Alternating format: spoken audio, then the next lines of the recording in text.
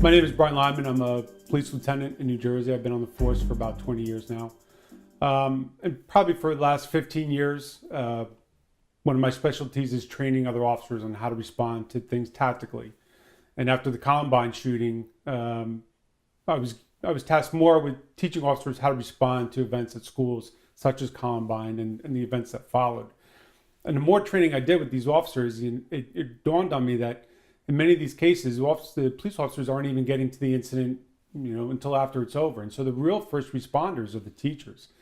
And if we didn't start giving some of these teachers training on how to get through these incidents, then we're missing our mark here. So, we would call and interview teachers who had gone through these incidents. What worked, what didn't work, and then we turned that into a training platform, and we brought it to these other teachers and basically gave them a sense of, you are the important part here. It's not the police officers who are getting here too late. It's you, the teachers, who need to make the critical decisions. So on a personal note, when I drive my kids to school in the morning, I remember one day, it was probably in October, the kids were in the car and I said, I need to run back inside and get my gun because I carry everywhere as a police officer.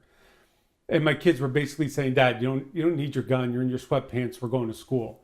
And then after Newtown, they expect me to carry my gun to school. And not only do they expect me to be armed when I'm bringing them to school, they come home and they say, Dad, can you come to our school? Can you tell our teachers what you're telling these other teachers? Can you tell the other students?